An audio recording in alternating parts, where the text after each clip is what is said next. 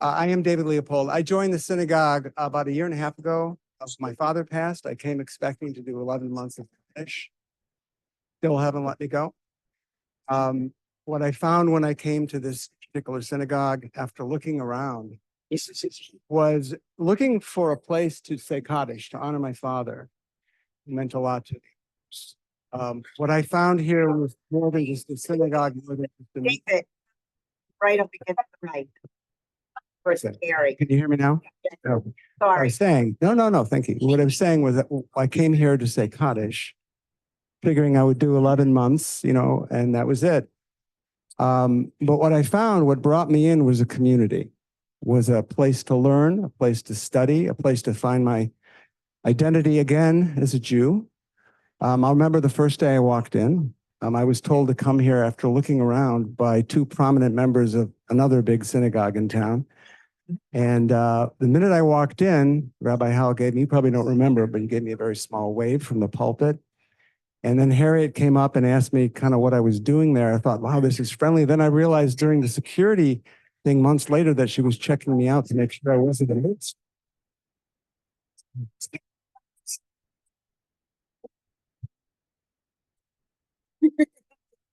Known in Cleveland. I knew. Anyway, this place, this synagogue, and I sort of bringing it into what we heard yesterday. I mean, the three rabbis that we're about to hear from. Rabbi Feinstein's just amazing introduction of our newest rabbi really brought it home for me about what we are about to experience in the years to come with Rabbi Josh, Rabbi Alex, and how lucky we are as a congregation, and how we need to grant space to all of us to continue to learn and to expand ourselves and our thinking and our Judaism. And I know from a various bunch of coffees with Rabbi Josh, now I've got all these books that I have to read and that I've read. So I'm very busy, but Rabbi Hal and the inspiration that you've always brought. So without me talking more, there's not much of an introduction you can do for these amazing rabbis. But let's just sit back, learn, and enjoy. Thank you, David. And as the installation part of the weekend is concluding, David is one of our co-chairs for installation weekend. And we'll just, again, want to thank so much our installation committee and our co-chairs, and Shani Kadis and Lisa Rhodes in the kitchen, and everyone, and Murray and Tova for both a delicious lunch, incredible Shabbat lunch, and a beautiful brunch this morning. This has really been a team effort, and we always talk about our congregation being a family.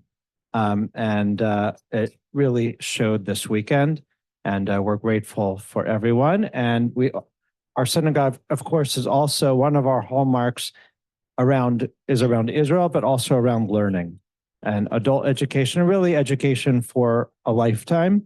So that's also why it's so special for us to gather, to study, to talk, and to learn, and to have this opportunity for us to share with you. So it's my pleasure to turn it over to Rabbi Feinstein. No, to me. Okay, well, I'm told we have to move this.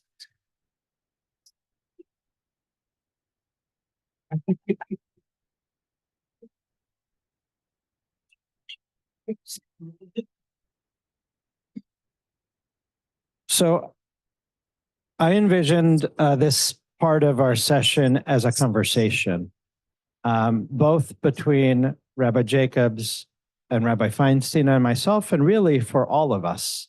Because if you didn't hear Rabbi Feinstein's presentation after lunch, he really talked about how we are at a turning point, a very pivotal turning point for Judaism today, and that October 7th really brought that even more to the head. And I'll say that I had a pleasure of hearing an earlier version of that talk that Rabbi Feinstein gave today when we were all on Zoom. And he did a similar presentation, although now much better when it's in person, for the Hartman Institute, about continuation versus revolution, about the continuous chain of tradition being passed on and the need to innovate and to create new things. And I think we're again at that turning point, and I really want to echo what Rabbi Feinstein said. And I really want to open it up to all of you because I think this is a group think. I think we can only learn together and be together as a congregation and a community. So we're here, sort of, if we're going to generalize and stereotype ourselves, sort of 3 generations of the rabbinate. I graduated and was ordained as a rabbi from the Jewish Theological Seminary of America in 2001. So I'm sort of that generation.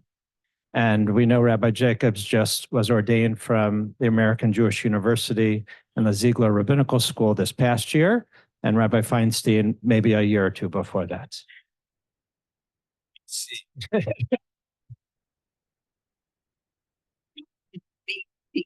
So I think we are going to reflect a little bit on our sort of what we see, where we see Judaism is going, where we think Judaism needs to go. And I think that's sort of part of the vision of who we are as a congregation today and as a community today. And I think you've been all part of this transformation over the last number of years for our congregation, even for those, I know not everyone here is a B'nai Yeshurun member that's sitting at this table or online, but we are trying to innovate and take the best of and use best practices. And we know that we're not in a vacuum, and we know that this isn't just a Cleveland thing happening. This is nationwide and international. And, I'll just say, I don't think we're going to talk about this on Saturday morning next week, but coming back from Israel last Friday night, our mission went to an incredible conservative congregation, a Masorti congregation called Kehilat Sion, called Sion, led by an incredible rabbi, Rabbi Tamar Elad Applebaum. She is an Israeli conservative rabbi. She is Israeli and went to Israeli conservative rabbinical school at the Schechter Institute. And she and her congregation are innovating what it means to be conservative Jews in Israel now. And it was an incredible service that brought back ancient Sephardic tunes that have not been sung on Friday night for 100 years, with music mixed with our traditional Ashkenazi, even some of the same tunes we do at B'nai Yeshurun, and an incredible mix together of ancient Mizrahi, ancient tunes from Iraq Jews, and from Cleveland Jews, and from Russian Jews, with a beautiful contemporary Israeli twist. And I think that's sort of what Rabbi Feinstein was trying to say about how we move forward. So I'm going to stop, and I'm going to hand it over.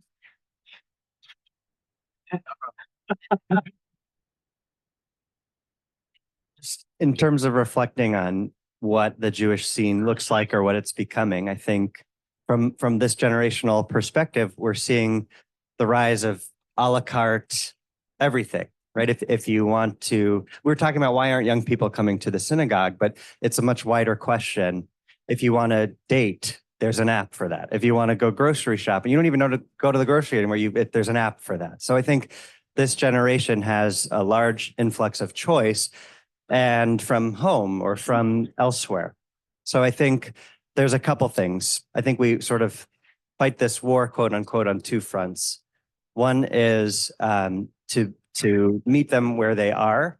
I always go to when Ishmael and Hagar are sent out and they run out of water, God sends an angel. It says that the angel heard the boys cry Ba'asher Husham, where he was. And I love that verse because it speaks to the importance of meeting people where they are.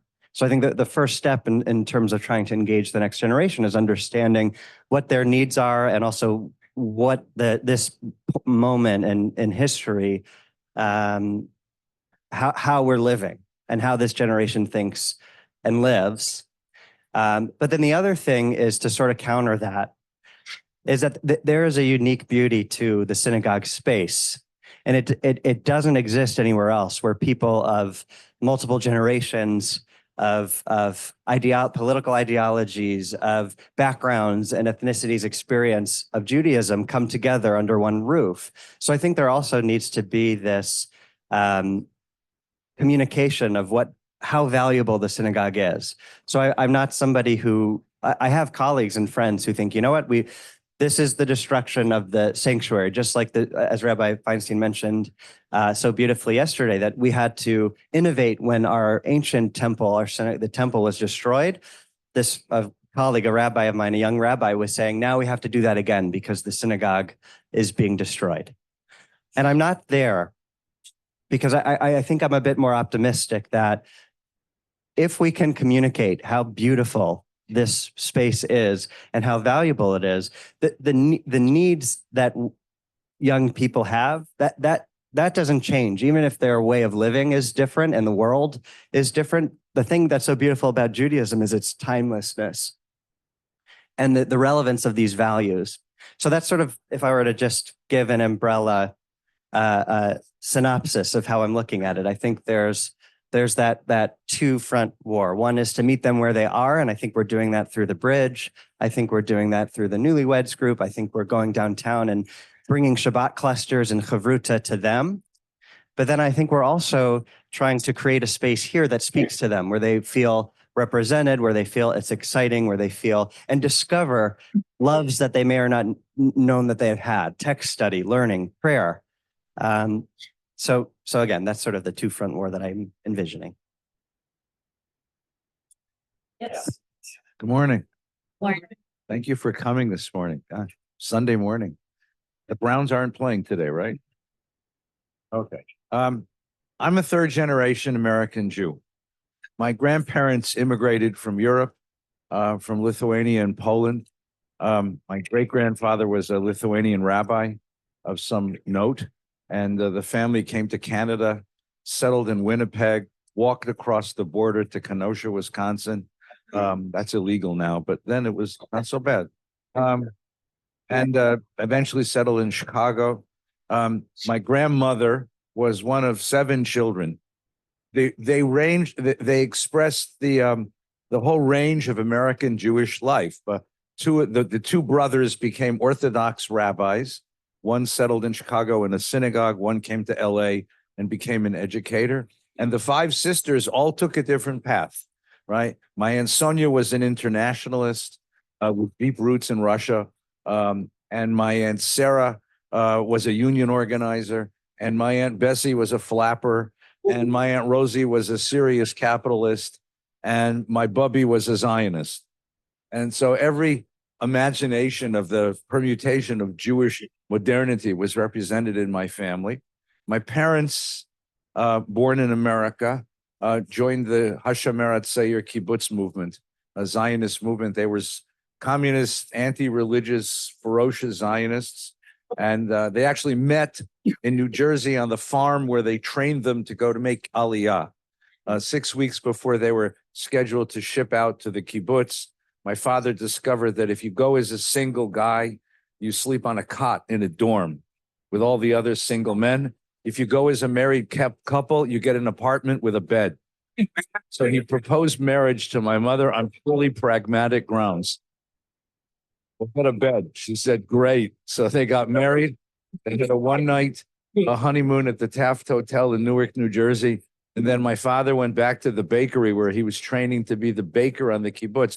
He dropped out of UCLA. He was a sophomore at UCLA studying chemistry. The movement needed a baker. So he dropped out of UCLA, hitchhiked across the country with his then girlfriend, and became a baker for the kibbutz. Mama was a leader. First sheep, then Zionists, right? And they made Aliyah to Israel. They lived in Israel for some years. There was a mashber, a crisis on the kibbutz. They were on the wrong side of the crisis. Half the group was sent away. They were among the ones sent away, and they came back to America. My mother wanted to stay. My father wanted to come home. So he said, I'll give you a baby. And that's me. He's conceived on the boat on the way home. So my middle name is Queen Mary. No. Actually, my name is a story because it also represents the ambivalence of the second generation of American Jewry. My name is Edward. I once asked my mother, where the hell did you get Edward from? She said, it was the name of the Prince of England. And I said, that's what you named me? She said, look, she said, My whole life, I never felt at home in America. I never spoke English well enough because she spoke Yiddish to her parents and Hebrew on the kibbutz. I never felt like rooted here. I wanted you never to feel like a stranger. So I'm Edward, my brother's Lawrence, my brother's Stephen, and then by the fourth one, she gave in. He's Jeremy, right? They wanted to be American and they wanted to hold on to their Jewishness. And their Jewishness was endemic. It was so deeply rooted in them. Even to this day, my father will tell you, if you ask my father why he's Jewish, it's like asking him why he's an air-breathing mammal. You know, it's what he is. There's no gap between him and Jewishness. But my generation was a rebellious generation. We demonstrated against everything, still are. And we took on ourselves the task of remaking the world. Tikkun Olam became the watchword of my generation. And for many in my generation, they had all kinds of rebellious ways of throwing off the strictures of middle-class life, but they had no vision of what to become.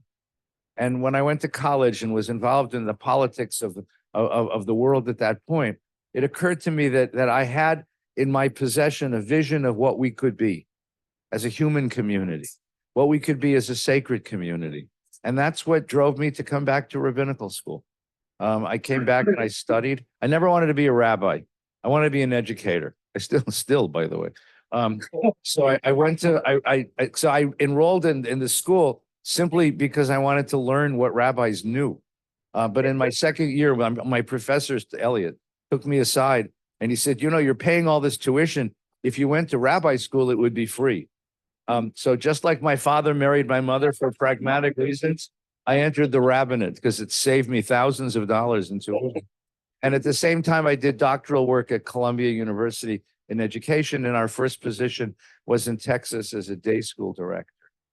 My generation and the generations that follow me asked the question which hasn't been asked in many, many, many generations. Why be Jewish?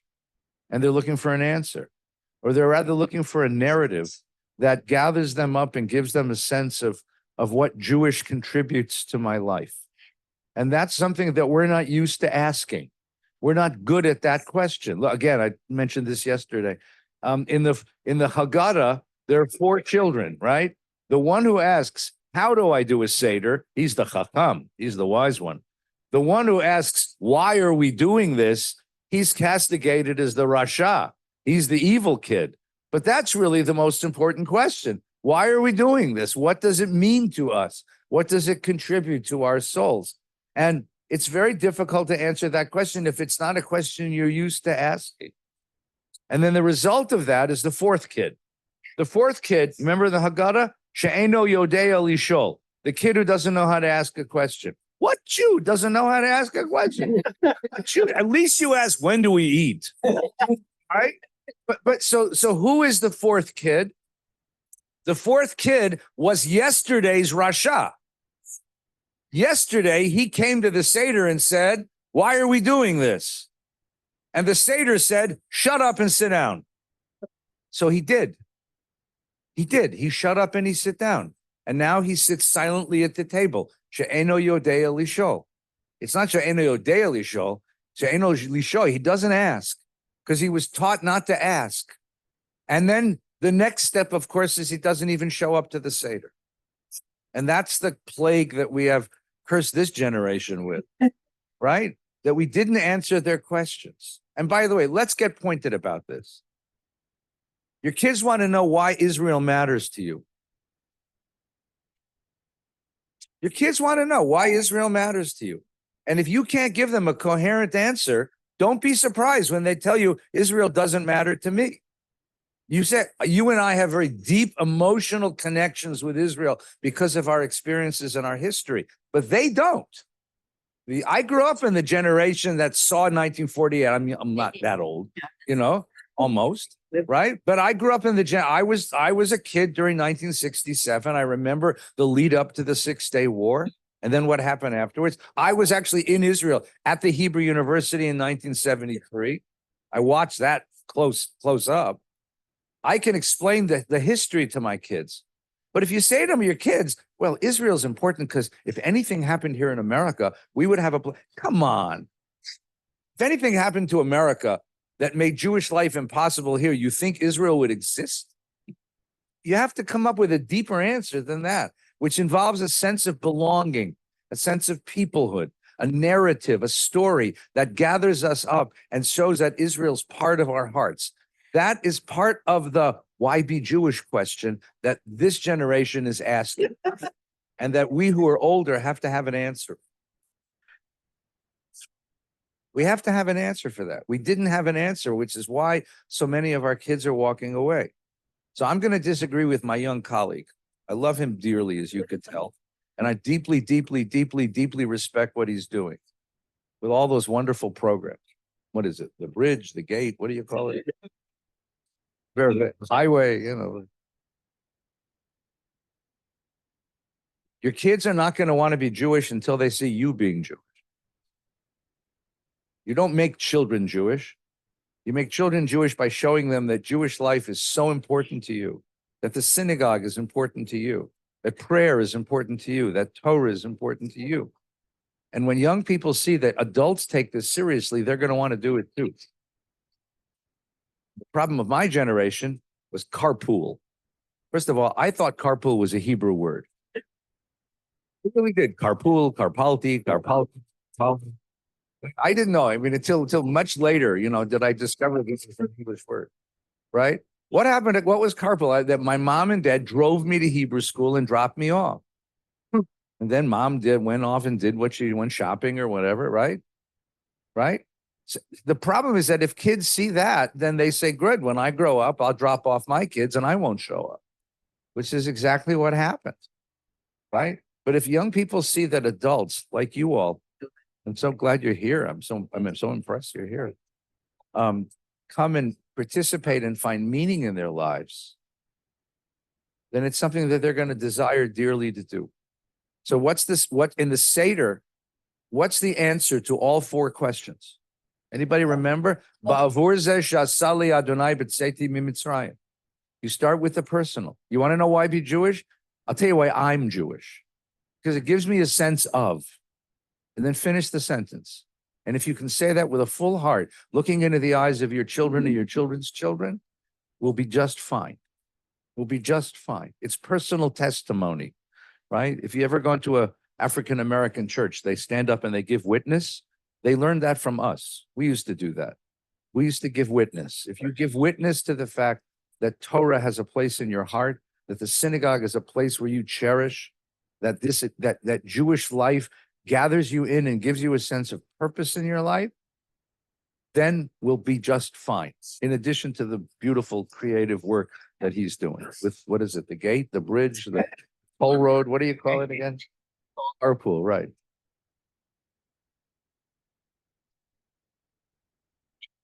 I just want to add that since October 7th, I think to add to what Rabbi Feinstein is saying, I've sort of come to the realization that we oftentimes are too shy, afraid. I don't know what the right word is to say why we are Jews and why we're proud Jews. And whether it's to our own family or to our neighbors. And to say really why we're Jewish and what we need from other people. And that's sort of a mission that I've sort of started to do to non-Jewish pastors, you know, to Christian pastors, to really talk about how I'm feeling, what's going on with me. But I hear Rabbi Feinstein and 100% right. We, you know, Sue Weiner is here, who was our education director for many, many years. And I know that we tried many, many programs. Rabbi Feinstein, I'm not sure if you know, we have a Shabbat morning school. We don't have a Sunday school. We have a beautiful Shabbat morning school where our children come on Saturday morning, they learn for 2 hours, and then they learn the entire Shacharit and Torah service. They lead their own service. It's beautiful and amazing. They learn to read Torah, our religious school students. And sometimes parents come to the service, sometimes. But it's Shabbat morning carpool.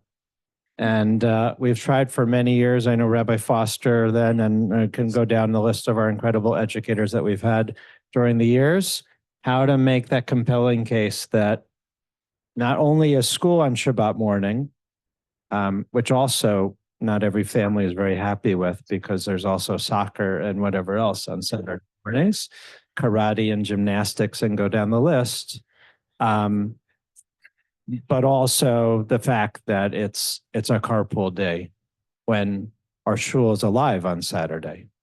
And how to really say that. And maybe we need to talk it up more and ask you to talk it up more, right? Oh, we have answers already. Great. What was this? 3 rabbis, 6 answers?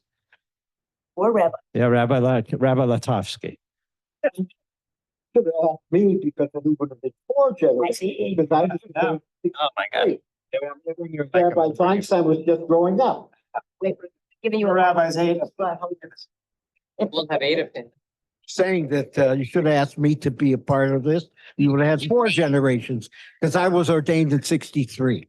And so when Rabbi Feinstein was growing up, what you said, we said in the 60s, in the 70s, in the 80s, same story. You didn't say anything new. I've been saying that. My colleagues have been saying that. There's nothing new, but things have changed. So, now what do you say? We've been saying that, and people have been not listening from generation to generation, and they're still not listening, with a few exceptions. Tell me something new.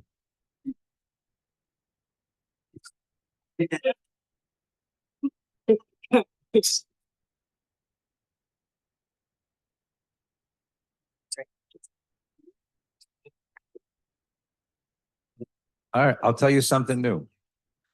I disagree with you. Your generation told us that the institutions would do this for us. You built these beautiful synagogues and said, you don't have to do it at home. We'll do it for you here. That was the generation before. Fair enough. Let's blame them. And I've been saying what you've been saying. And You're my ahead of your colleagues have been time, that's saying. right. It's No, the how many years? was that 50 years. Okay? institutions don't do it for us. And institutions are wonderful things, by the way. And I'm all for institutions because within institutions, special things can happen, experiences can be shared. But institutions do not replace the personal part, the personal testimony, the personal belief. I mean, we used to hire rabbis. We hired rabbis who did Judaism for us. We hired rabbis, right? I'm not keeping kosher, but my rabbis keep it, right? And I expect the rabbi to keep kosher on Shabbos, but I'm going to Costco on Saturday afternoon, right? And we discovered that that's silly. I mean, it was silly when it was done, but it's obvious. It's obviously silly. And we created institutions where the cantor prays for us, and created institutions where the Hebrew school was going to raise our kids. We're not going to do it, and we've discovered that that's ridiculous, right? So what's new is the recognition that this now becomes the project of us all, and that we all have an obligation to participate in the project of raising a generation. And you can't point to an institution or to a leader, a rabbi. Rabbis can inspire, can teach, can give us resources. But this has to be something that happens at home. It has to be something that happens individually. It has to be something that happens one-on-one, okay? With children and parents, with families, with members of communities. We do this together. We do this together. So the rabbi who taught me was not a classmate of yours, but Harold Schulweis was more or less in that generation, the generation before you, actually. And one of his inventions was a thing called a chavurah, where he got a bunch of families together and said, do Judaism. And at first they said, what do you mean, do? You're the rabbi, you do Judaism. And he said, no, you do Judaism. And slowly, people got this idea that they were empowered and they were responsible. And that was a revolution in Jewish life. People felt we can do this together.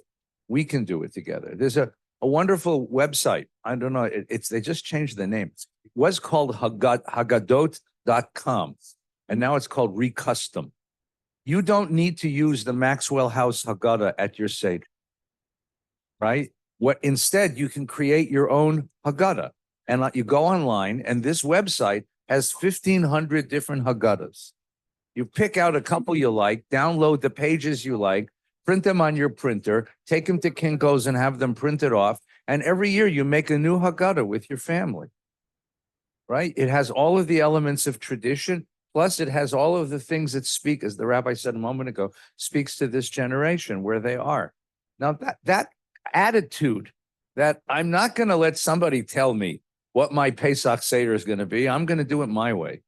I think that's I think that's a representation of a revolution in Jewish life where Jews are taking control of their Judaism, right? We rabbis, we have a class in rabbinical school where we teach you how to say, please turn to page 41 and run.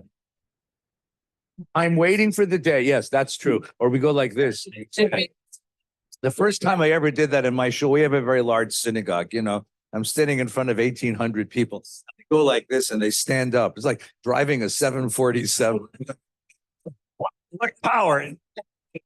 Just when I try to go like this, see what happens. I don't know, something weird, you know. But I'm waiting for the day when somebody says no. I'm not finished with page 40 yet. You know, I'm still praying. I'm praying at my own, with apologies to the cantor who you know, have deep respect for. But the sense in which we take control of our own Judaism and we take responsibility for it. I think that's actually something relatively new in Jewish life. Jewish catalog, 1960. Sorry? Jewish catalog, 1960. It wasn't 1960. It was closer to 1972, but that's okay. Yeah. 75. But it was a long time ago. Yeah, I know. Except it didn't get absorbed. It stayed in the counterculture for the next 20 years. But it was a beginning. Absolutely a beginning. Ideas take a while to root. We're pretty slow people. It took us 40 years to get from Egypt to Canaan. It's just a while to learn stuff. I don't know if you realize that. YouTube. A better term than carpooling, I think it's 36 years ago, was curbside duty. Yeah. That's Yeah. what it would. Or 1 hour Martinizing. You know, you drop off your kids and pick them up 2 hours later and they're all starched and cleaned and wrapped in plastic. So.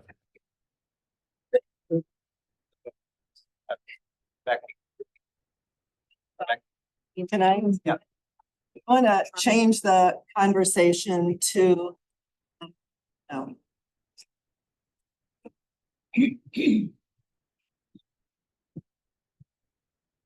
I want to talk about intermarriage. So conservative Judaism has evolved to a certain point. So I think you can be guests at an intermarriage now, but conservative rabbis cannot perform an intermarriage.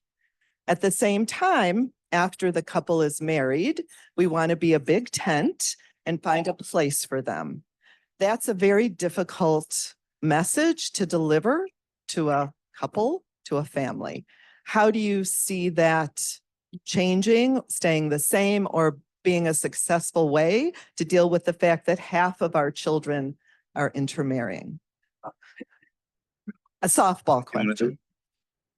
All right. So this is an issue which is hotly debated and contested among the rabbinate. Right now, there is we have a union called the Rabbinical Assembly. And there's a very, very controversial, hot debate going on among colleagues about this very issue, because as you pointed out, there's a fundamental contradiction in our stance. On the one hand, we are unable, unwilling, prohibited from officiating at an intermarriage, at a marriage between a Jewish person and a person who's not Jewish, unless that non-Jewish person then becomes Jewish, okay, or becomes Jewish before the wedding. On the other hand, we want to encourage those couples to come in and be welcomed into our community. And that's a very difficult thing to say. No, I can't do your wedding, but you're welcome here. It's impossible. It's an impossible circumstance. So there are some colleagues, particularly younger colleagues, let's blame his generation, said, let's drop the barriers. Let's find a way. And there have been some of the older guys like me who are trying to find ways through this. Let's step back for just a second. Intermarriage is a symbol of our acceptance into American society. A majority, now, don't get me wrong, I'm not advocating intermarriage. Don't say that. But what I am saying to you is, isn't it interesting, right? That the greatest compliment that a majority culture pays a minority is to let the minority marry their daughters or their sons, right? I mean, if they thought that we were an anathema, that we were alien, that we were evil, they wouldn't marry us. The fact that they want to marry us is an indication of how accepted we have become and how much a part of America we have become. That's the fact, okay? Now, given that fact, what do we do with the fact that so many kids marry out of the faith? Okay. And the question is, how do you then invite that couple back in? Is there a way? Sometimes our kids marry people who are actively involved in other faiths. That happens, right? Many times the partner is not involved in faith at all. My teacher used to call this an interfaithless marriage. Right? He's not very Jewish and she's not very Christian. Okay. And the question is then, if you have a person who's not involved in a faith community and doesn't have particularly deep roots in a faith community, how do we invite them in? How do we invite them in to become part of our community, to become part of our circle? What can we say to them both before they get married and after they get married to make them feel welcome and comfortable here? That's the first thing, by the way. And that's something that's independent of whether rabbis do the ceremony or not. Does an interfaith couple feel welcome coming to Beth Yeshua? And part of it is the language we speak.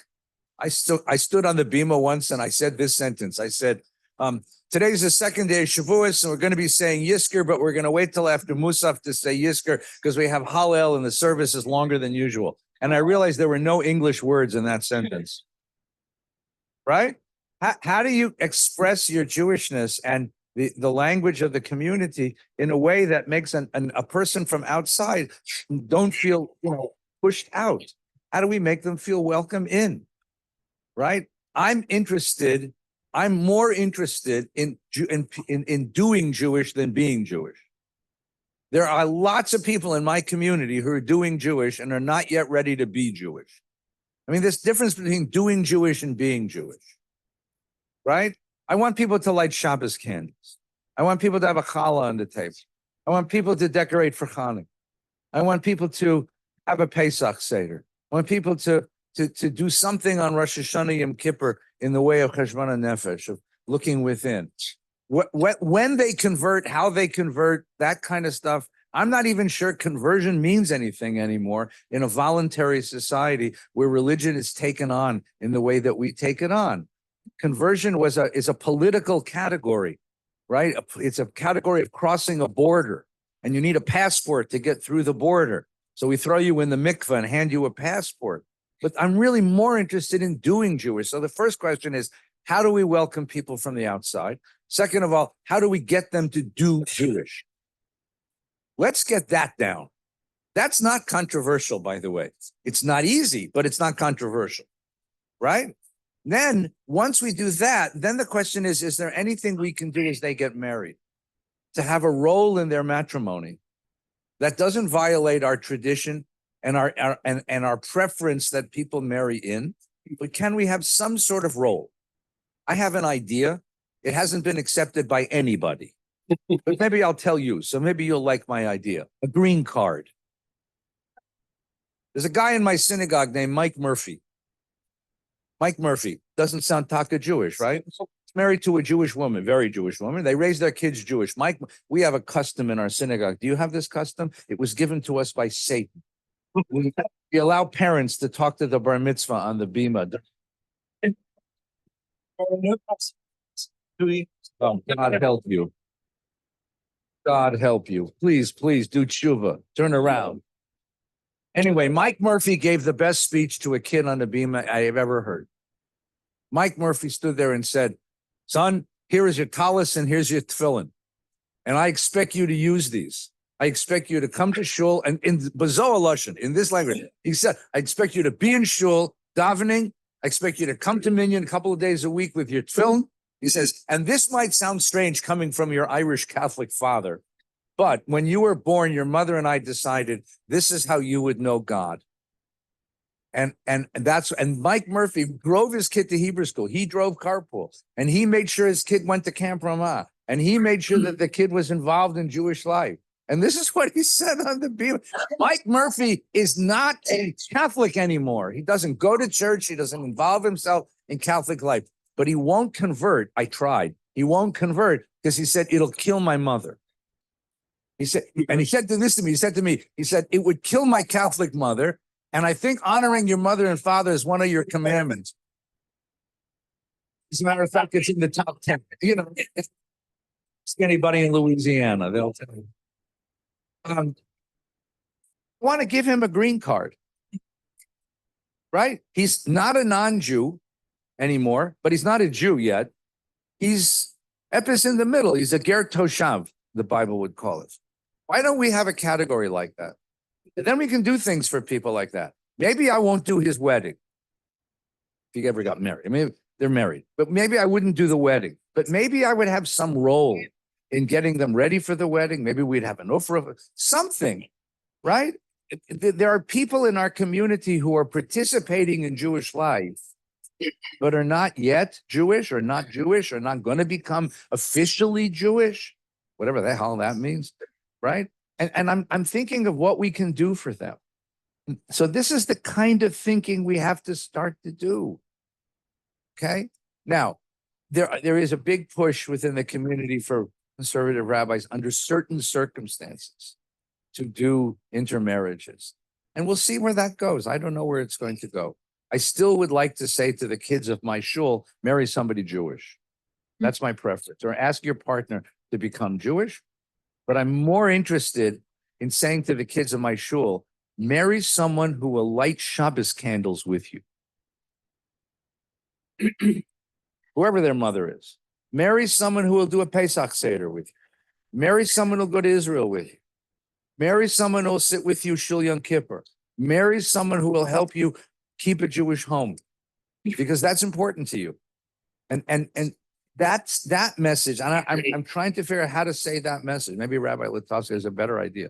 But this is how to get that message across to kids. Where the ultimate rule goes, I don't know yet. Okay.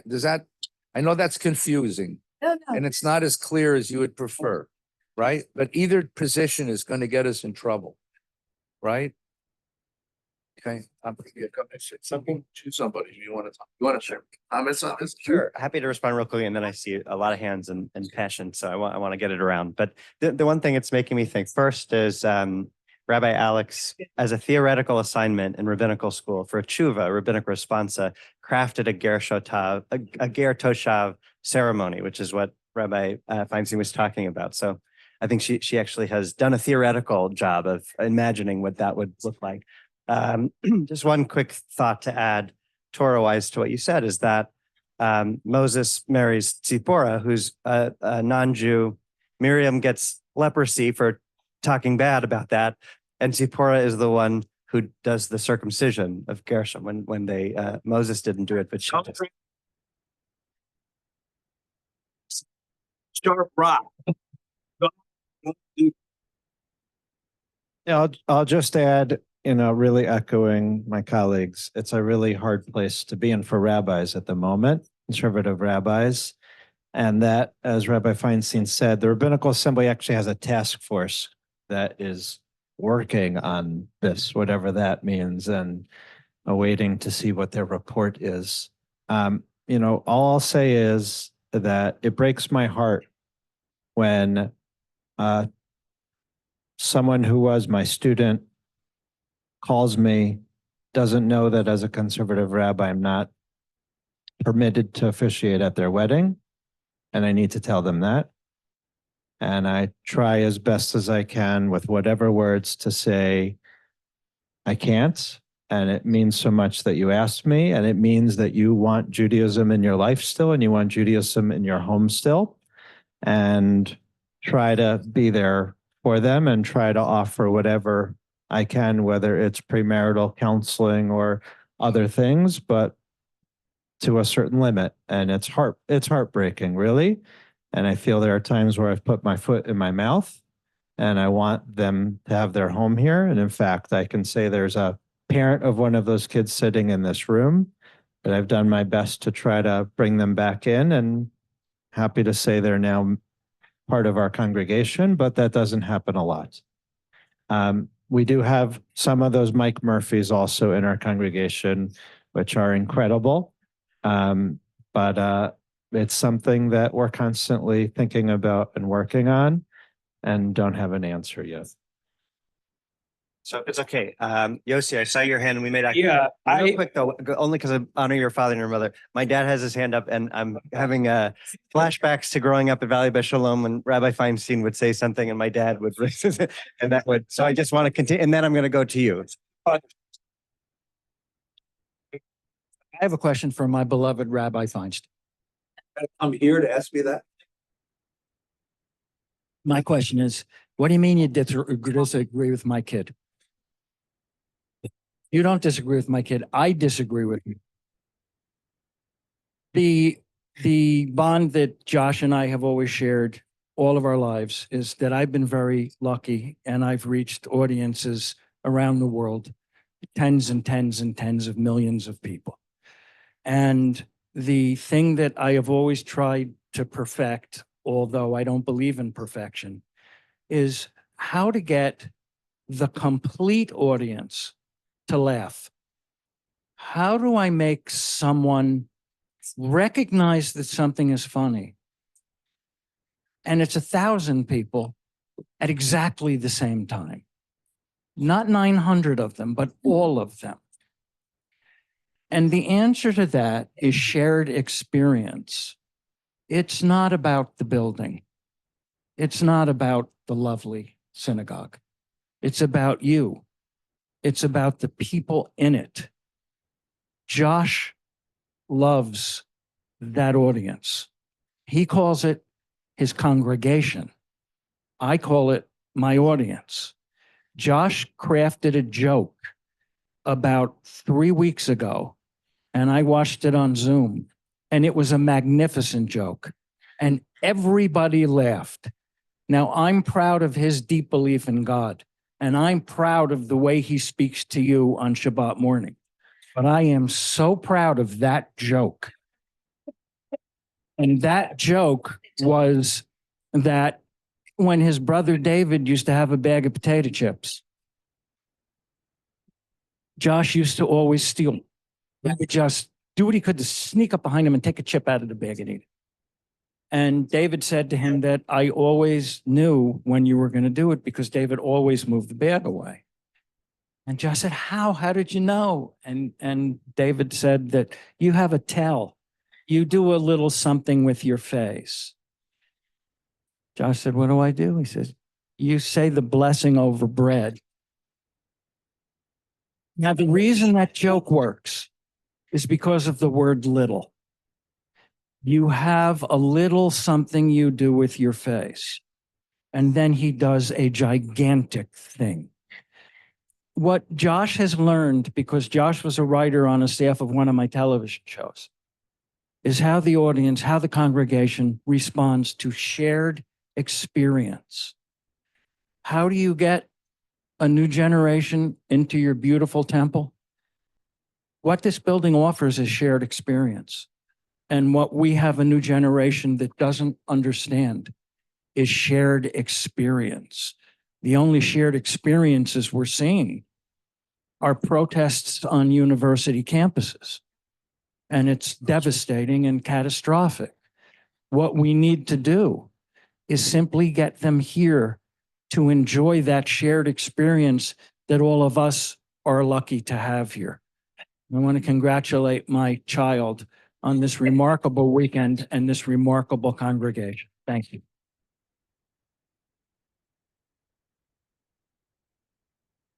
If I can add in, thank you, Michael. That's one of the reasons why Rabbi Jacobs is going to be going on a Germany trip, taking, and Cantor also, taking more than 20, I'd say members, but it's not members because that our downtown experiment, the bridge has connected with over 500 young people downtown, and they're going to an immersive trip in Germany to have a shared experience. And that's why my hope is, and I didn't tell you yet, Josh, but I hope that you're going to have an opportunity in the next year to take a group to Israel, maybe not necessarily from us, but to gather other people to have that shared experience. And sometimes it has to be out of the building in order to create those bonds that come back into the building. Just like I had last week on my trip to Israel, the 10 people that we traveled with were bonded for life. And many of them, some of them are the most active members in our synagogue, and half of them, I've had people come out to, who are these people that went on this trip with you, right? But I bet you you're gonna see them next, because that bond, that experience is gonna bring them here. And that's why we do all these different types of immersive experience, sometimes in the building and sometimes out. Okay, I don't know, shall I stand up or sit? I don't think I can follow in the footsteps of your father, who was born here, and his English is much better than mine. But I'll try to express myself. Well, Rabbi Outlaws, I'm also, I married a wife that converted. And I have to thank Bnei Shurun Temple that did so much for us. And my kids were bar mitzvah in this temple. Now, I'm happy to be from Israel. And religion is something that was instilled in me since young age. But when you talk about intermarriages, I say being Jewish is a privilege, and it's not, and it's a liability as well. When you get into a conversation of marriage between two parties, one Jewish and one non, it depends also if the one party, the female part is Jewish. That's more important. You got to have the conversation that we need to take that journey together. So if we choose to be Jewish, then we should go Jewish. Why am I saying that? Because you have to think about the future. Do you want to, and that goes back to Israel too. We talked about how we love Israel and how we're going to perpetuate Israel existence. That comes from that same foundation. If you build a Jewish home, then you have a common denominator, and then you have a future. So the fact that one party, like Mr. Murphy, who's probably a very, very nice person, stays on his thing, is Jewish, but he's not Jewish. I think you have to have this understanding. And especially that if both of them are Jewish, and then we know that the child will be Jewish based on the mother, right? But the rabbi, we go back to rabbis are not allowed to perform that wedding because of that. So both of them agree that we go the Jewish way, then the rabbi can marry them the way we should marry, the way I married. You know, first we did it this, and then we go to the temple. We had it here with Rabbi Schachter. So my thinking is we have to have a common denominator and agree. There's no halfway. So like I say.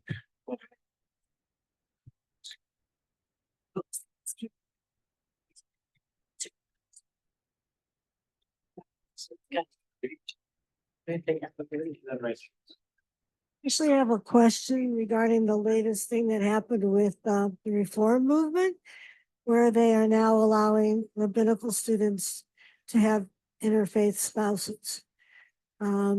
This does not help with our choices. And I'd like to know if you could comment on that in a polite way. You're the most diplomatic. Wasn't me. He's the nicest among. Say something nice about her. I think Reconstructionists already had that, I believe, and have already passed that. No, I don't know if I have a formal comment on that. I think, even though we're all one people, I'm focused on conservative. And I think, as Rabbi Feinstein said, it's a sign of being a part of America. Yeah. We're all feeling our way through the dark. No one knows which pathway to take. So you're seeing movements moving forward without exactly knowing where to go. One of the problems that all of the liberal movements are having now is that there is there is a dearth of rabbis. The class groups. I graduated with 27 men. We're all men in those days. 27 men in my graduating class at JTS. Rabbi, how many men were in your class? 13. 13, right? How many were? In 1960, there were 39. Yeah. So the Ziegler's, when you graduated Ziegler, how many were there? 10. And the Ziegler class this year was 6. And they're very, in other words, we're trying to figure out how do you get people to choose this life? And that's one of the problems. And if one of the barriers is that I'm married to someone who isn't Jewish, and that presents a barrier, so the Hebrew Union College has decided that should not be a barrier. Okay. The Reconstructionist movement, there's a controversy going on in the Reconstructionist College, whether you have to be pro-Israel, because there are some people who identify as anti-Zionists, and they've decided that that's not a barrier to becoming a rabbi.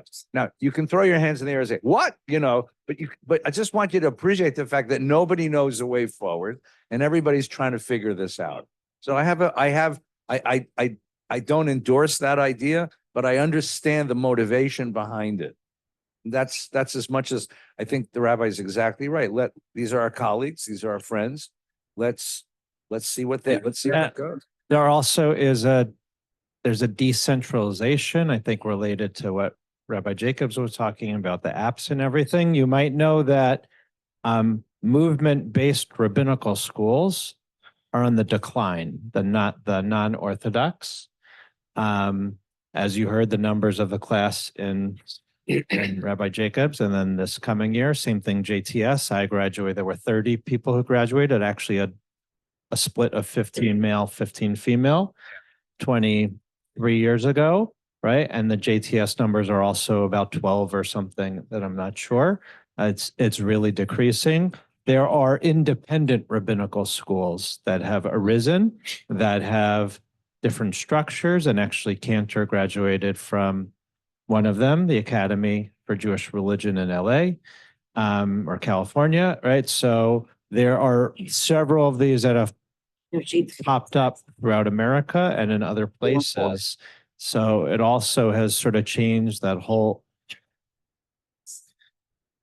both atmosphere and the idea of, and the number of students. I grew up in Reform Center. Yeah. At that time, there were no bar mitzvahs, there were no bat mitzvahs, it's confirmation, not yarmulkes.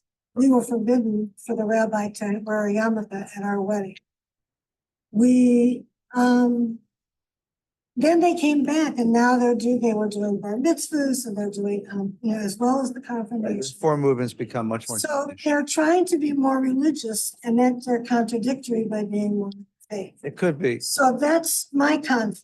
The reform movement, like all the movements, denominational and not, is trying to feel its way through the dark, not knowing exactly what this moment in our sociology demands. I will tell you this, though. My father comes from a Litvak family, and my mother comes from a Glitzianer family. And when they got married, it was intermarriage. And so they worked it out. They They did sit down and work it out. The only time it becomes a problem is on Yontif, because there's one way of making matzah brai, and then there's a question of kugel and kigel, right? How many people make matzah brai like a pancake? How many make it scrambled, right? How many people make a kugel that is sweet? How many make a kigel that is savory, right? And then my bubby made matzah balls that Napoleon used to attack St. Petersburg. And my other bubby, my grandmother made matzo balls like clouds, So this was a controversy in the family that I'm not allowed to talk about because it raises so much anger in the family. I think there's something in us that needs this to go on. I don't know why. Go ahead, Hal. I'm so sorry. Yeah, well, that's a little bit of Korach, the parsha we're doing now. I think we have time for 2 questions. We're going to honor father and mother. Josh's mother-in-law, Sharon, would like to ask a question, then John next, and I think maybe we'll cap it there. So last night you talked about taking risks and experimenting, and that Josh needs to do this whether he fails or doesn't fail. And even though we're talking a lot about history here, if we're looking at the future and the new generation, whether they're downtown, they have to be brought in at some point into services. So I'd like to know from you, what are we going to do to make services appropriate for this new generation? They're experiential. They would love what happened here on Friday night, but they're not going to come to our traditional services, and we've seen that they've left. So I'd like to know what you're seeing in LA, what we're planning to do here to have events like the spirit and the inclusion and experiential nature of Friday.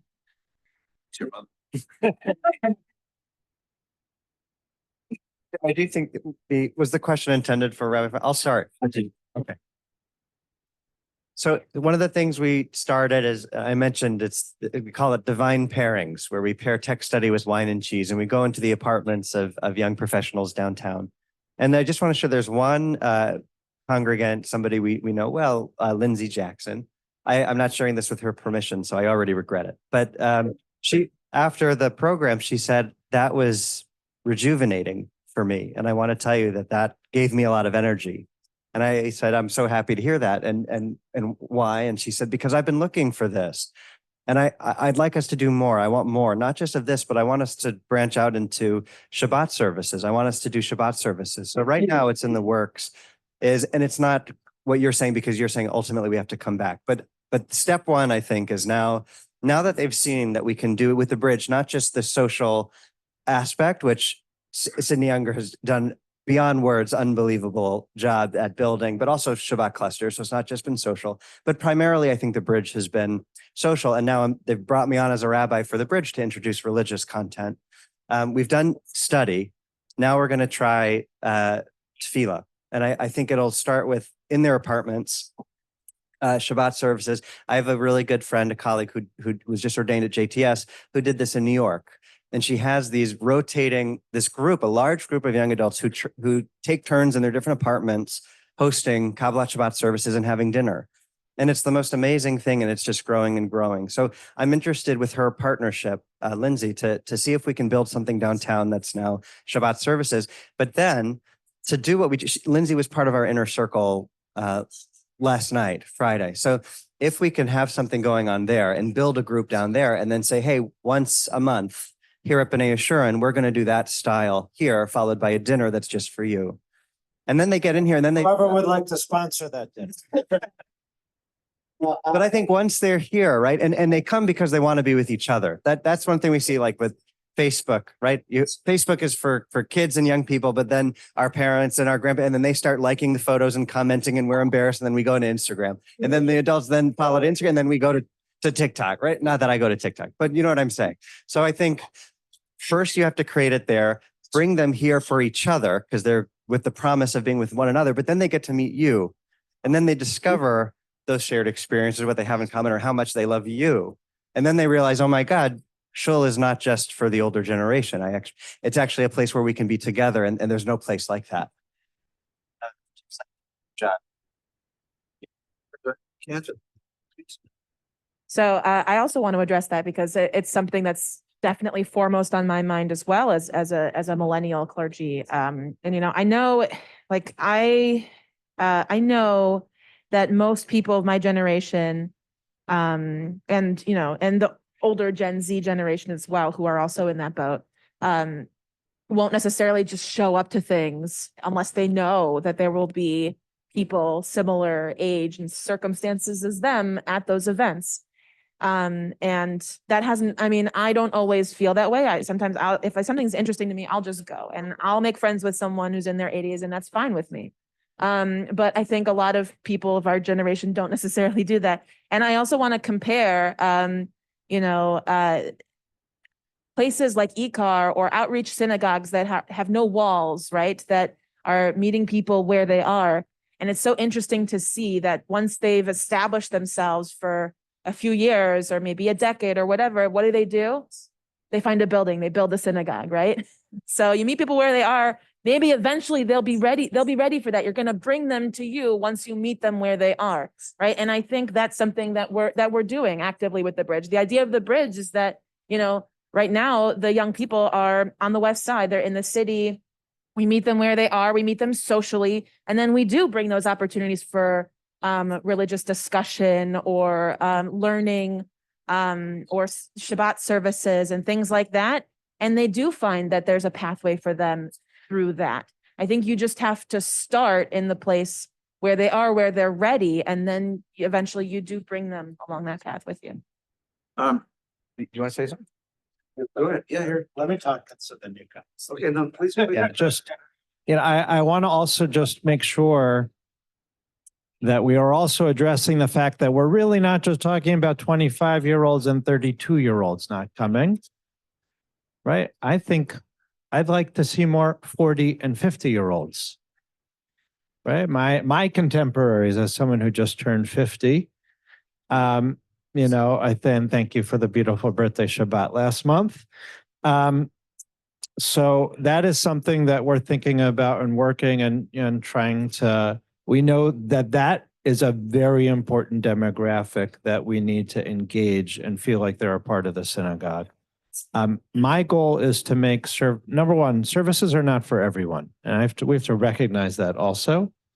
Right? Some of us here, right, in our synagogue, right, there are other incredible programs and learning opportunities and social opportunities and volunteering that we do, and that is people's connection to our congregation.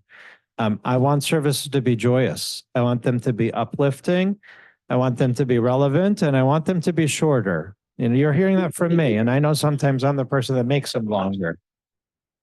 So, I am open to feedback, and I want, you know, I think we can do more to make our services more connective, or whatever word we want to say, because I want everyone to leave Shabbat feeling moved and that they take a piece of something and they bring it with them for the rest of the week. That's my goal. And then it doesn't have to be 3 hours or 3.5 hours every either. Yeah. So I'm open, but that means, and thank you, Rabbi Feinstein, we've actually been trying to experiment, change, try different things. Some of them are visible to everyone. Some of them are invisible to everyone. So with Rabbi Feinstein's and your permission, I hope that you'll let us try to experiment and work the service together, so that we find we make our services even more joyous and uplifting.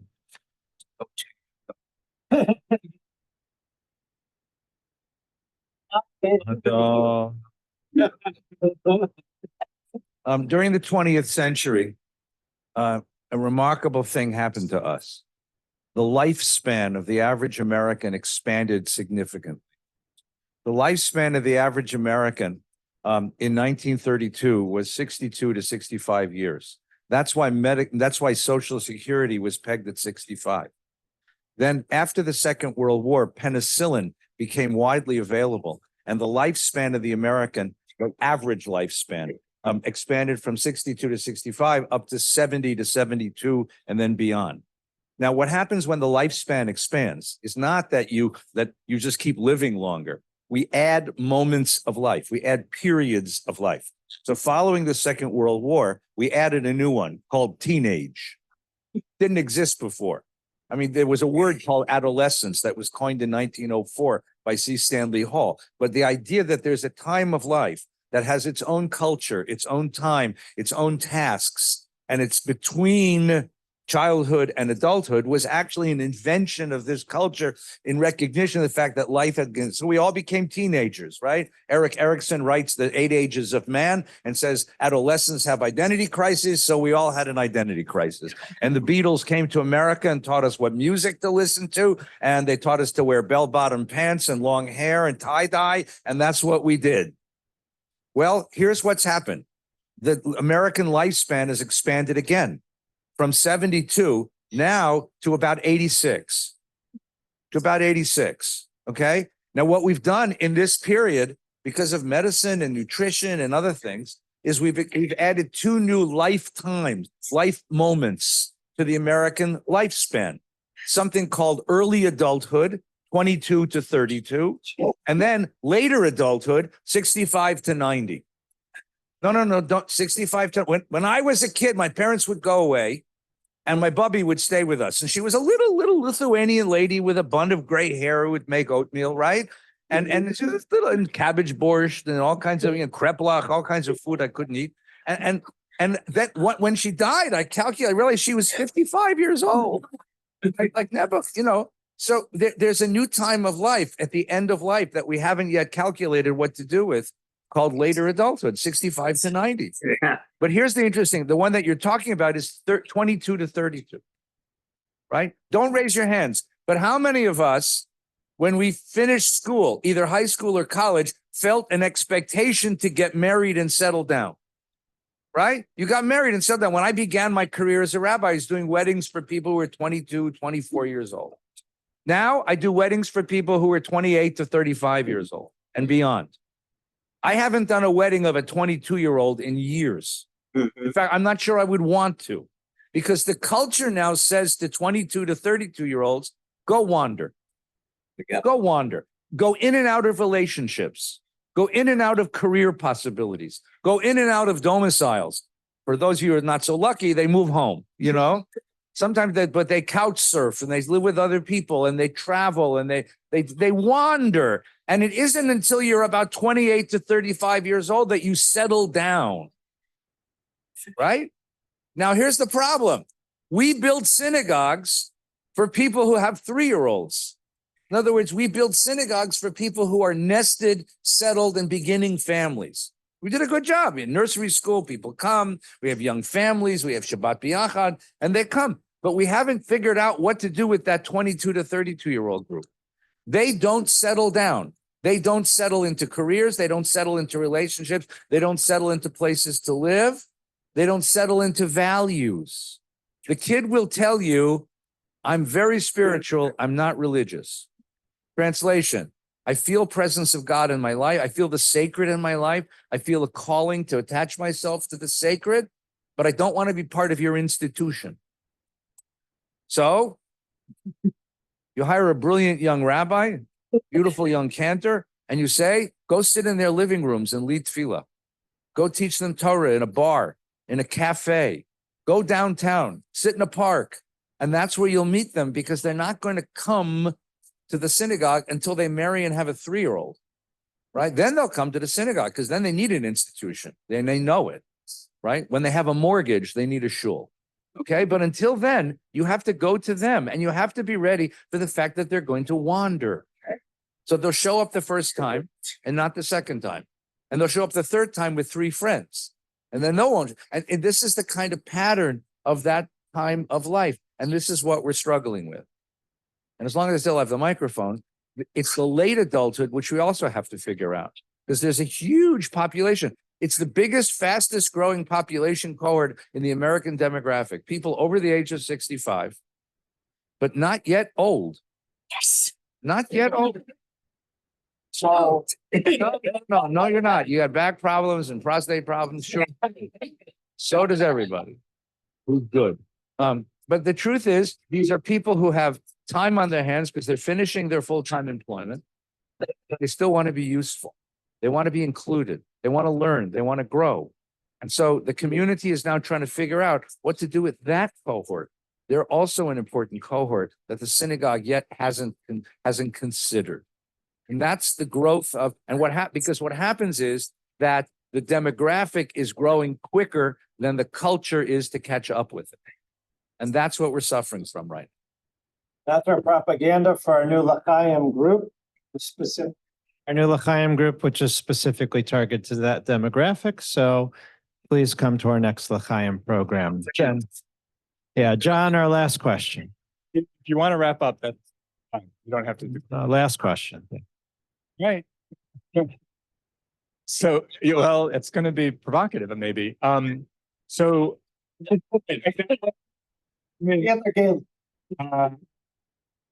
just to point out that, we talked about intermarriage and we talked about rabbis conducting intermarriages, and there were some reactions when someone brought up the idea that you might not have to be pro-Israel to be a rabbi. There was a gasp. And I think that's really important, especially if we're talking about the next generation who might have different ways of looking at things. And how open do we really want to be? We say we want to be open. And this is a question that I asked. What are we willing to give up as we go forward, as we think about what the next, what Judaism looks like going forward? If you have people saying, I think Judaism means that Israel is doing the wrong thing, and I love Judaism so much, I love it more than I love Israel. Is that a barrier to us? Maybe it is, but it's something that I think we should at least be aware of and be consciously deciding as a congregation, but also as a people. So, sorry. You had a nicer ending before. We should talk to that. I'll talk to that because I'm going home tomorrow. Yesterday I quoted my teacher, Harold Schulweis. Whenever we would ask a question, whenever the community was asking a question, what is a Jew? It was one of the big questions for a while. And what is the synagogue? He would always direct us to not ask what is, but what ought to be. What ought to be? I think here the question is, what ought Israel to be? What should Israel be? And even those who identify as anti-Zionist or not pro-Israel or critical of Israel, I think that the proper way to conduct the conversation and to include that voice is to ask, well, tell me about the Israel you'd like to see. Tell me where in Israel that Israel is coming to be, right? Tell me which causes, charities, institutions, organizations, movements within Israel are bringing that Israel to be. And maybe this community, like every other Jewish community, will have differences of opinion. Maybe some of us will say, I love Bezalel Smotrich and I want that Israel, or Itamar Ben Gvir, and I want that Israel to be. I want to annex the West Bank and I want to settle the West Bank, and and Palestinians are not my concern. Maybe that's part of the community, but maybe there's another community that says, I want an Israel that recognizes full coexistence with Palestinians. I want an Israel that is devoted to a very open kind of democracy with people who are Jewish and not Jewish. We can have divisions within the community. We don't have to be antagonistic to each other. But if we embrace this question, if the question isn't, are you pro-Israel? The question is, what Israel would you like to see? I think that's a more open question, a more open way of including lots of voices within us. And then you support those organizations and causes that do that sort of thing. And I think that we can find a lot of overlap between supporting causes that foresee different kinds of Israel, but really want to see Israel be, because Israel is the greatest Jewish experiment of modernity. That's, I think, the way to approach what you're asking for. I'm leaving tomorrow morning, so don't worry.